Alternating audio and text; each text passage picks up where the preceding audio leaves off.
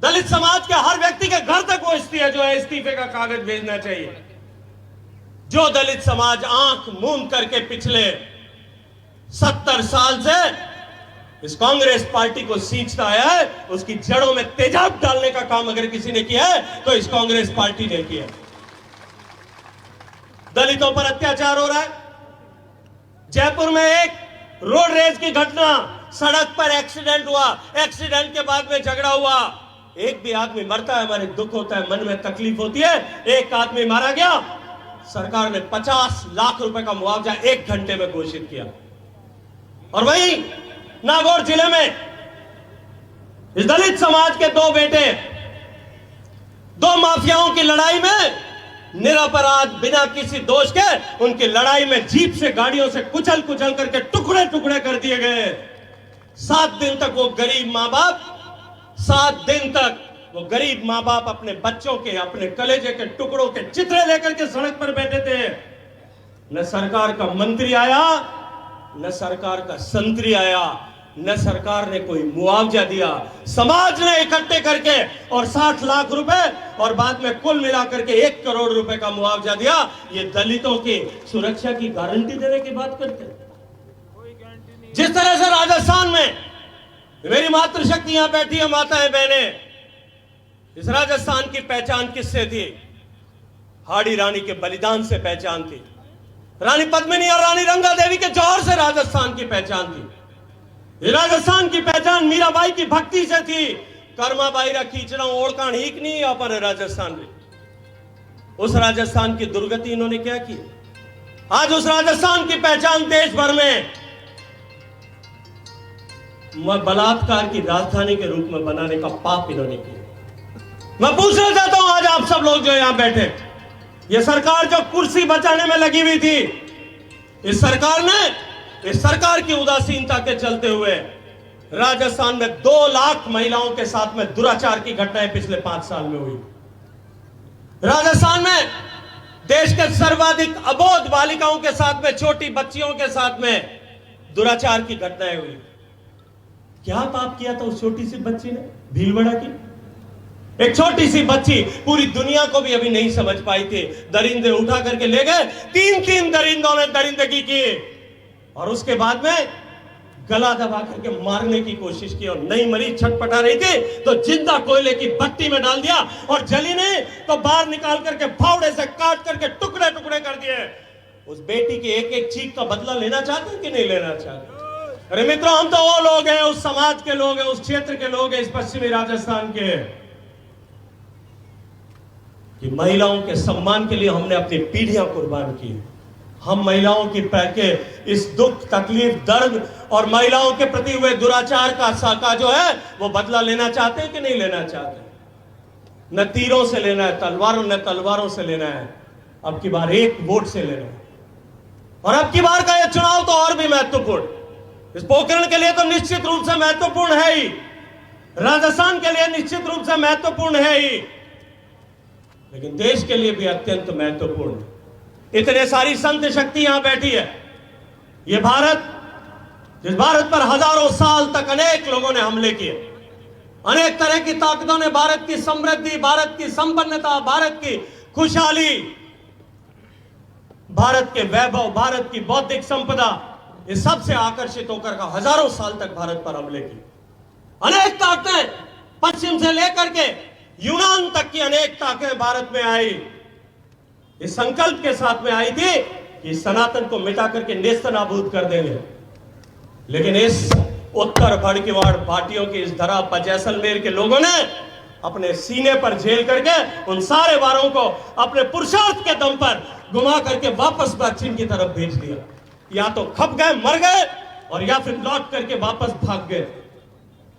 आज उस वीर धरती पे हम सबको संकल्प करने की आवश्यकता है कि उस धरती पर यह कांग्रेस पार्टी के लोग और इनके साथी मिलकर के सनातन को मिटाने का संकल्प करते हैं। हम सनातन को मिटने देंगे क्या?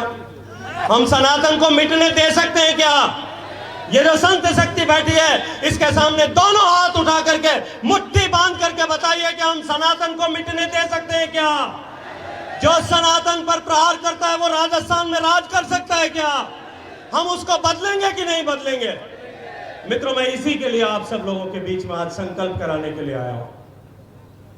ये ऐसा ऐतिहासिक समय हम सबके सामने आया है, जब एक तरफ हम मोदी जी को उन लाखों करोड़ दे भारत के उन गरीबों की तरफ से अभिनंदन कर सकते हैं एक वोट के माध्यम से, जिनके जीवन में परिवर्तन मोदी जी की योजनाओं के माध्यम से आए। उन गरीब लोगों 4 करोड़ गरीब लोगों के जिनके सर पर आशियाना नहीं था, छत नहीं थी, उनकी तरफ से धन्यवाद देने का अवसर हमारे पास में। जिन करोड़ों लोगों के घर तक पीने का पानी नहीं जाता था और आज 10 करोड़ कनेक्शन नए करके 13 करोड़ घरों तक पीने का पानी जा रहा है, उनकी तरफ से धन्यवाद देने का मोदी जी को हमारा हक बनता है कि नहीं बनता है? जिन करोड़ों लोगों के घर तक बिजली नहीं जाती थी, उन बिजली पहुंची है, उनके घर तक बिजली पहुंचाने के लिए मोदी जी का अभिनंदन करना बनता है कि नहीं बनता है? जिन करोड़ों महिलाओं के घर तक गैस का चूल्हा पहुंचा है, धुएं से मुक्ति मिली, उनके लिए मोदी जी का धन्यवाद देना बनता है कि नहीं बनता है? जिन करोड़ों घरों तक शौचालय बना, उन शौचालय के कारण से महिलाओं को गरिमा के साथ जो समझौता करना पड़ता था उससे मुक्ति मिली, उसका धन्यवाद देना है कि नहीं देना है? और अगर इन सब का धन्यवाद देना है तो उसके साथ साथ में राम जी का मंदिर बनाने की बात कितने साल से हो रही थी, कितनी पीढ़ियों से हम इंतजार कर रहे थे कि भगवान राम का मंदिर उस रामलला की जन्मभूमि पर अयोध्या में बनना चाहिए कि नहीं बनना चाहिए। इंतजार हम कर रहे थे, वो इंतजार की घड़ियां समाप्त मोदी जी ने की, उसका धन्यवाद दोगे कि नहीं दोगे?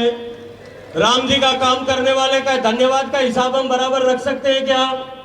हम पूरी ताकत के साथ में ये संकल्प करें कि अब हम नरेंद्र मोदी जी के नेतृत्व में, उनके मार्गदर्शन में डबल इंजन की सरकार राजस्थान में बनाने के लिए, पोखरण से इस आतंक के राज को समाप्त करने के लिए और राजस्थान से इस अंग्रेज के भ्रष्टाचारी कुराज को समाप्त करने के लिए, और पिछले 5 साल पहले हमारे साथ जो धोखा हुआ उस धोखे का बदला लेने के लिए अब की बार हमसे त्रिजो भाई देखो है खारा हमें किनकी कोता कूदो पादरो लोभ लाला चटीने उठीने देर की गड़बड़ करेला, कोई छोटी मोटी घटे ऊंची नीची सुनार भी आपने बिलमावन की कोशिश करे, पर अब की बार वैसा मैंने कहा है कि न रुकेंगे, न झुकेंगे और न बिकेंगे, किसी हालत में नहीं झुकेंगे। अब की बार हम पोखरण में कमल खिला करके रहेंगे। इसी संकल्प के साथ में अगर आप सब लोग खड़े तो एक बार दोनों हाथ खड़े करिए, संकल्प की मुट्ठी बंद करिए, अपने अपने इष्ट देव को याद करिए और ये तय करिए कि अब की बार कमल न खिलने तक न हम झुकेंगे और न विश्राम लेंगे। और बोलिए भारत माता की, भारत माता की, भारत माता की। बड़े एक दिन आऊं बीच में आप लोगों को मिलने, आप लोगों के साथ है, फिर आप लोगों से बात करूंगा, हम सब मिलकर के काम करेंगे। लेकिन अब की बार पोखरण में कमल खिला करके रहेंगे। राजस्थान में एक बात दावे के साथ मैं कहता हूं, पिछले 2 महीने में मैं राजस्थान के हर जिले में गया हूं। राजस्थान के लगभग 60% विधानसभा क्षेत्रों में गया हूं और मैं पूरी जिम्मेदारी के साथ में कहता हूं, दीवार पर लिखा हुआ वैसे पढ़ करके कह सकता हूं कि प्रचंड बहुमत के साथ में भारतीय जनता पार्टी सरकार में आने वाली, प्रचंड बहुमत के साथ। लेकिन उसकी शुरुआत कहां से होनी चाहिए? कहां से होनी चाहिए भाई? पोखरण से होनी चाहिए कि नहीं होनी चाहिए? तो कौन करेगा पोखरण से शुरुआत? बोलो भारत माता की। बहुत बहुत धन्यवाद आदरणीय भारत सरकार के केंद्रीय जल शक्ति मंत्री गजेंद्र सिंह जी, आपने बहुत ही आक्रामक, आपने ओजस्वी वाणी में हम सबको संबोधित किया। आपके बारे में मैं क्या शब्द कहूं, मेरे पास शब्द नहीं। आप सभी यही विराजमान नहीं। आदरणीय गजेंद्र सिंह जी को किसी काम से बाहर जाना है, बाद में संतों का उद्बोधन होगा। आदरणीय प्रताप आगे जाएंगे। कैसा आपको भगवे की कोई उठे